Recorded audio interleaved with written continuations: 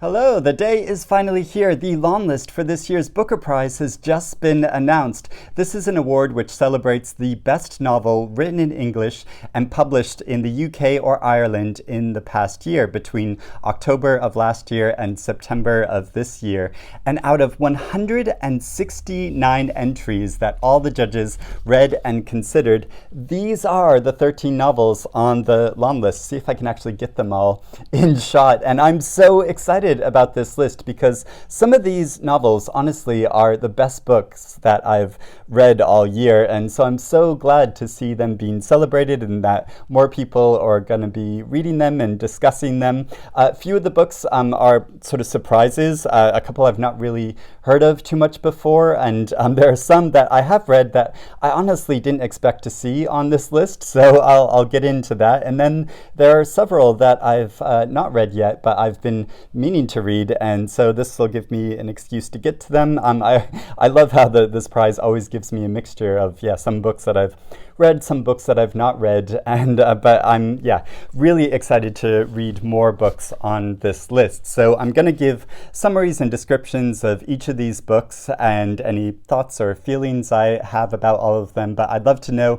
if you're planning to read any of the books on the list, if you're planning on reading the entire long list, if you're ambitious like that, or if you're just going to wait until the shortlist, which is going to be announced on September 6th, or if you're going to pick and choose. I think people will be relieved to know that all of these books, except for two, have already been published here in the UK, and the two which haven't been published yet, The Seven Moons of Maali, Almeida, and Trust by Hernan Diaz, those are going to be published here in the UK on August 4th, and all the other novels have already been published. So those other two, we really don't have long to wait until they come out, and there's plenty of more reading to get along with in the meantime. First off, looking at the list as a whole, I predicted that 3 of these novels would be on the list. I didn't have such a high hit rate in my predictions this year, but I have read 6 of these novels already.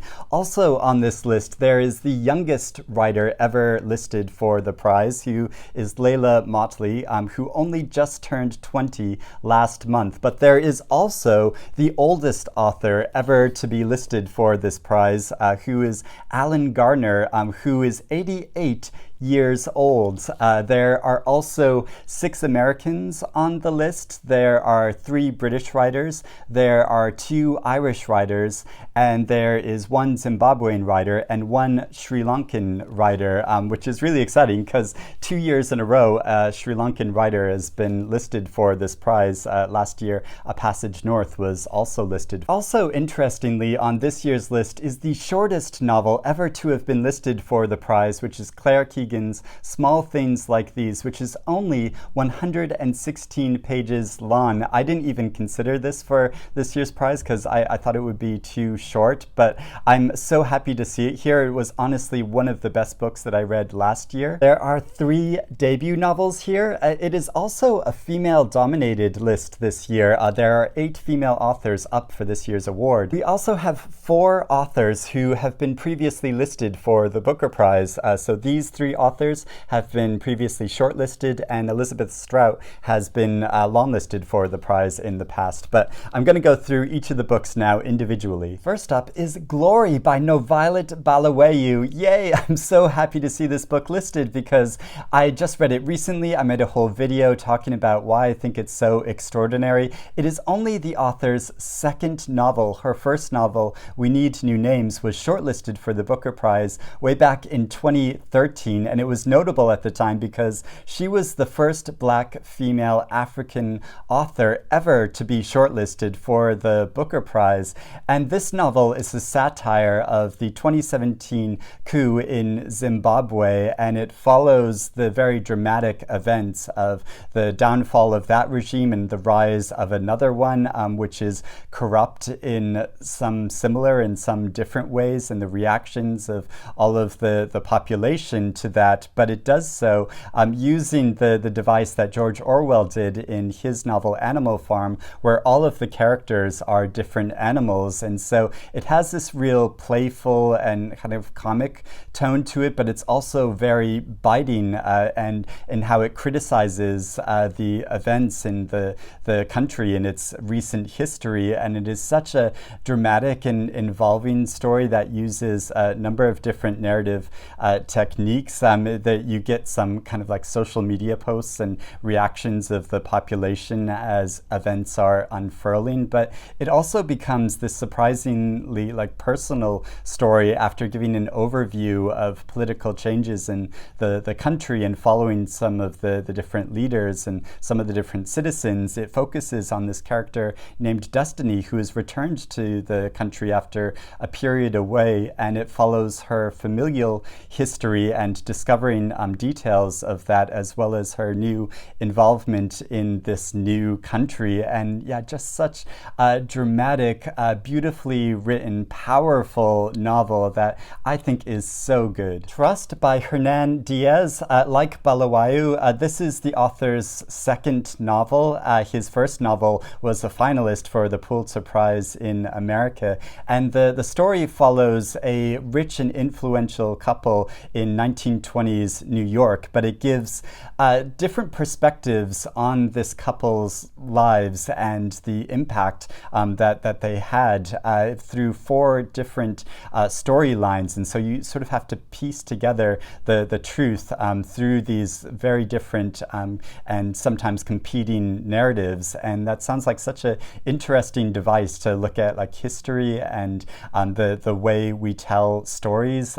So yeah, I'm very keen to read this. And interestingly, Hernan Diaz was born in Argentina, was raised in Sweden, but he spent most of his life in America. The Trees by Percival Everett, and another book that I'm so glad to see here because it is one of the best books that I've read so far this year. And the story is so unique and uniquely told because it is kind of a detective crime story. It follows these two detectives in Mississippi investigating this very bizarre crime that occurs, but it is also looking at the history of lynching in America and the legacy of that and the continuing impact of that and continuing racism in the country. And the story becomes slightly supernatural at times. It has a really great sense of humor to it, so it's really pleasurable to read, but there are also some quite gory and horrible details. So it's a real mixture of kind of styles and storytelling to create this story that is completely unique. And this is the first time that the publisher Inflex Press has been had a book listed for the Booker Prize, and Inflex Press have been bringing out in the UK a number of Percival Everett's novels in the past year. So really bringing this American author over the pond into the UK. Booth by Karen Joy Fowler. Having been raised in America myself, I know one of the most infamous events in American history was the assassination of President Lincoln in a theater, and so John Wilkes Booth is one of the most infamous figures in American history, and this novel fictionalizes the story of his family and his development and how he got to this point in his life. So sounds like a very dramatic story. I've not read it yet. I have read Fowler's previous novel, We Are All Completely Beside Ourselves, and I thought that was such a fascinating novel, so I've been really keen to read this. This is also is the longest novel on the list. It's 464 pages long, but I think people will be relieved to see that there's not any, 500 plus page chunksters on this year's list. Treacle Walker by Alan Garner, and this novel is the story of a young introverted boy that lives all on his own in an old house, and one day a rag and bone man named Treacle Walker happens upon his house and wants to barter with him, and a mysterious friendship grows between this older man and this young boy, and it follows that story, but also the process of story making itself as they tell each other different tales. It sounds like a very intimate and moving story, and I've never read anything by Alan Garner before, but he's a very very well-respected English author, so I'm very excited to start with this book. The Seven Moons of Maali, Almeida by Shehan Karunatilaka,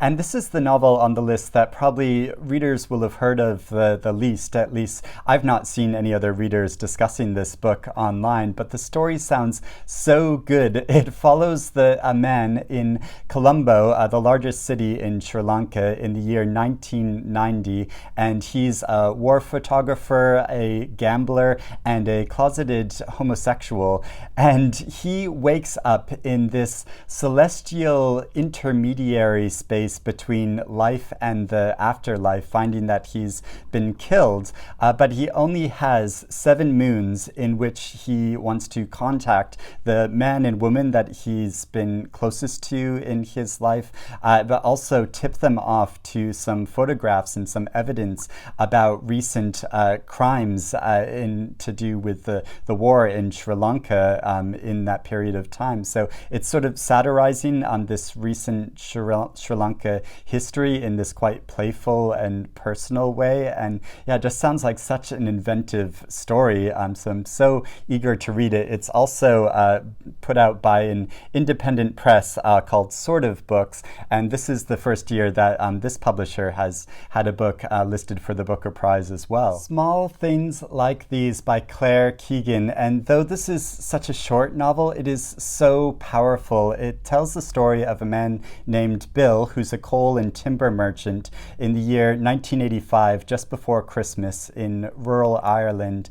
And he's making a round of deliveries, and he makes some deliveries to a convent where he discovers they have this training school for girls, and there's some very disturbing things going on at this convent, and this throws him into this personal crisis of what he should do with this information and how he should react now. And it's about how in small communities they can both support each other, but also there can be secrets in small communities which everybody holds, and to the detriment of some of the most vulnerable members of that community. It looks at the scandal of the Magdalen laundries in recent Irish history, and what a horrible occurrence that was, but through this very personal lens and this very pointed story, but also exploring this character's personal history in such a moving way. And yeah, this book is just so good. It recently won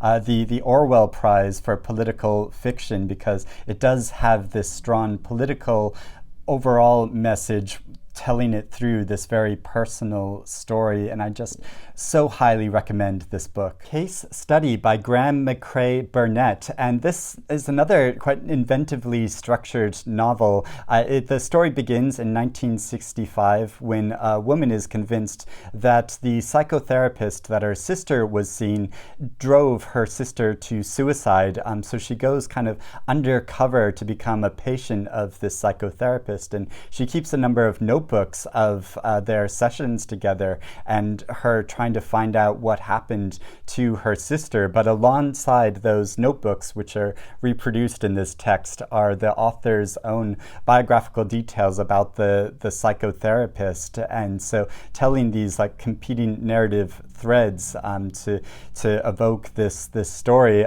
So yeah, sounds so interesting, and I haven't read this author's previously Booker shortlisted book called His Bloody Project, but yeah, really eager to read this new novel. The Colony by Audrey, Magee, and this is another book which is one of the best novels that I've read so far this year. And also, I want to say right off from the start, it has one of the funniest opening scenes in a novel that I've read in the past year as well, so it's immediately engaging in that way. But it takes place on a remote Irish island that is very sparsely populated, and also on this island the native Irish language is still spoken as opposed to English, although English is being gradually introduced into the island, especially in the form of the youngest resident on this island, of a boy that lives there, and 2 individuals, one an English artist and one a French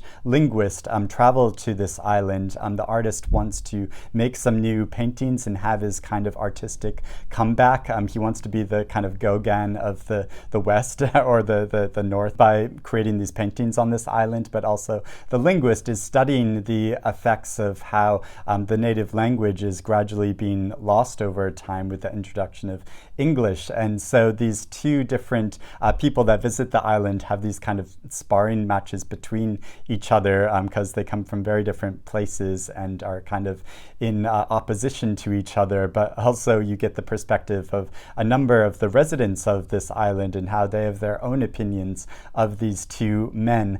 And also interspersed with this narrative are some very short, almost journalistic scenes of the Troubles in Ireland and how it affects the lives of individuals and ordinary citizens, but also how this gradually comes to affect this remote island as well. So yeah, there's a lot going on in this novel, but it all comes together to form this really powerful message while also creating this story which is so moving and involving and that I just found so powerful. A number of people predicted that this book would be on the Longlist, and now it is, and I'm so happy about that. Maps of Our Spectacular Bodies by Maddie Mortimer, and this novel also seems to have one of the most radical and inventive structures out of any of the books on this list. But the central story is primarily about a mother and daughter and their relationship over time, but also how the mother is experiencing a terminal illness, and it tells their story in a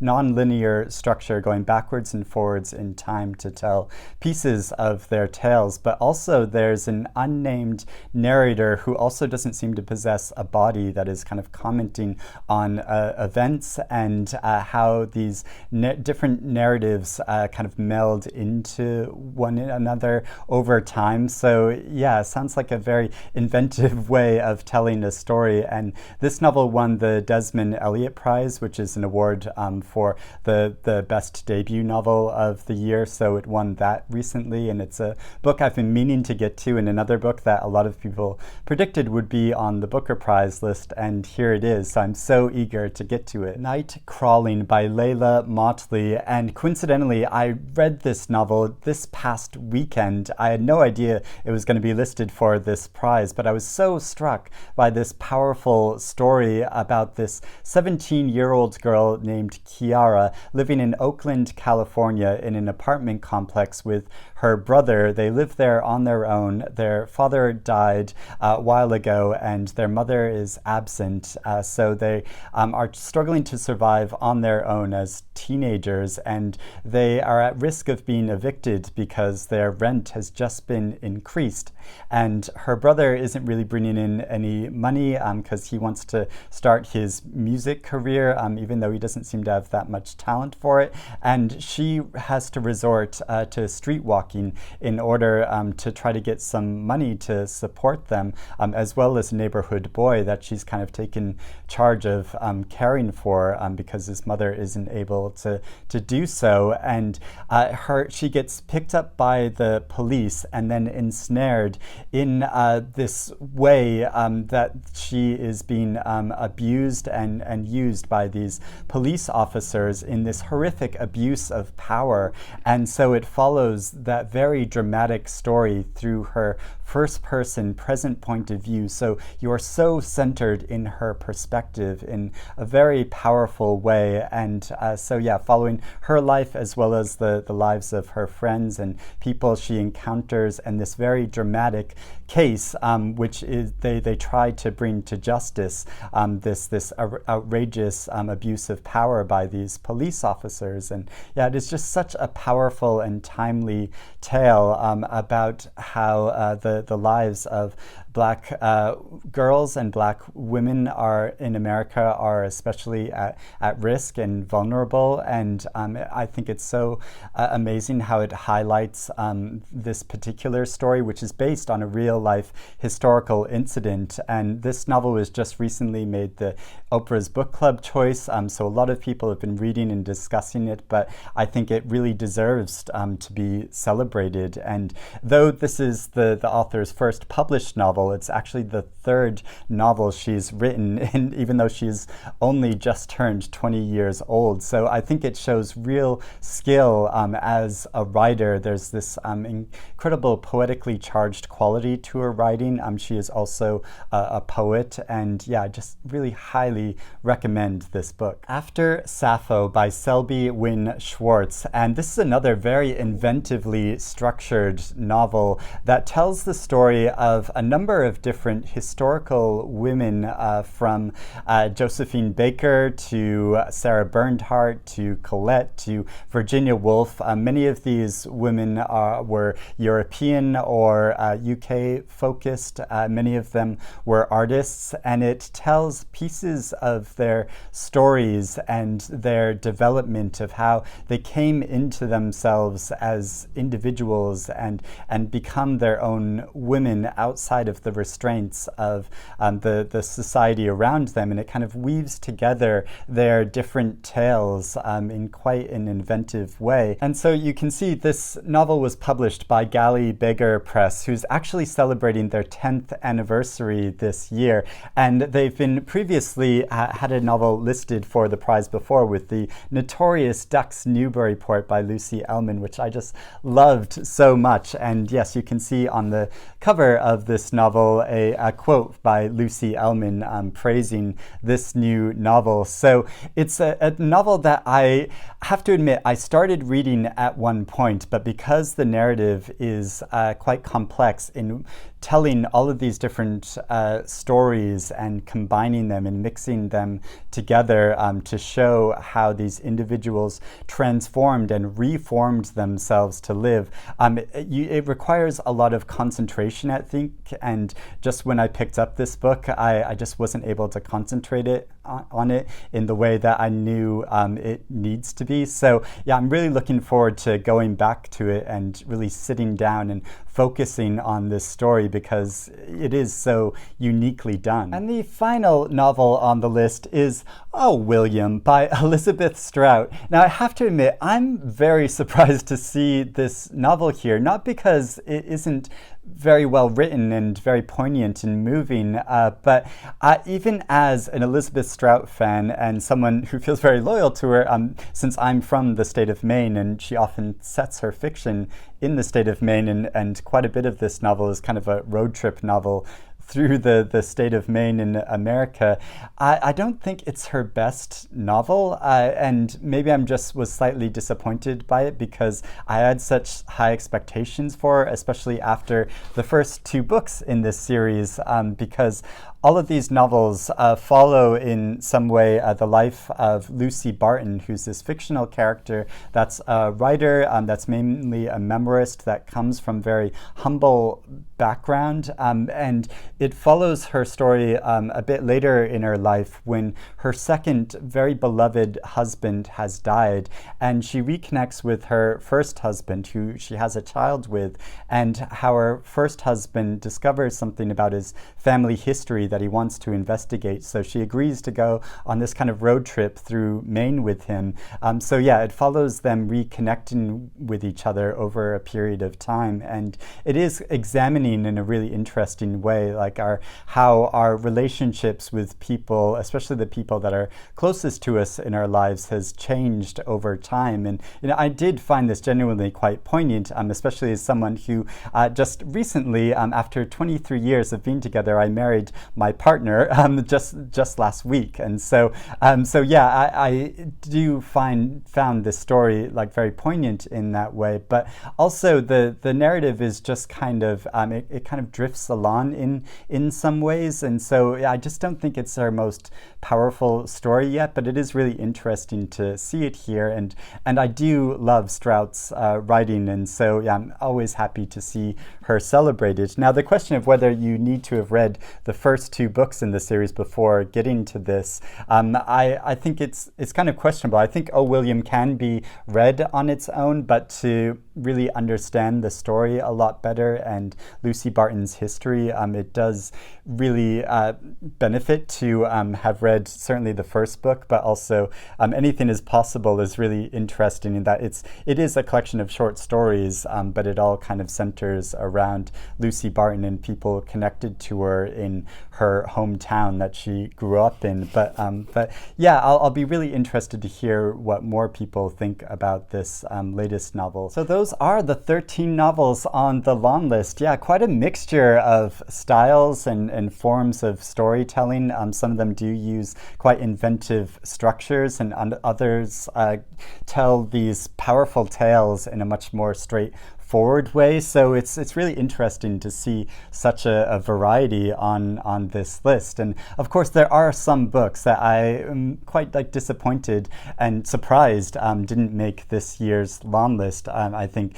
Yan Mungo by Douglas Stewart is really notably absent. Also Hanya Yanagihara's most recent novel, and Ian McEwan's forthcoming novel, which by all accounts is quite good. So yeah, I'm really surprised not to see those on the list, but I'd love to hear what you think about the list as a whole. Are there any books that you're surprised didn't make it, or are you really happy and excited to see some of the books on this year's list? Let me know in the comments below. Also, which of these books do you want to start reading first? I'd love to hear about that. I think probably the novel I'll begin with, or the novel I'll continue with, is After Sappho, since I had started this a while ago, and the subject matter is totally up my alley of these different female writers from the 1880s to the 1920s, and how these different women were kind of inspired by the example of Sappho to recreate themselves and start their own lives. So yeah, I'm hoping to read this soon. But yeah, like I said, the shortlist will be announced on September 6th, and then the winner will be announced on October 17th. So we have that all to look forward to. Thank you for watching this video. I hope you're reading good things and are as excited about this prize this year as I am, and I will speak to you again soon. Bye-bye.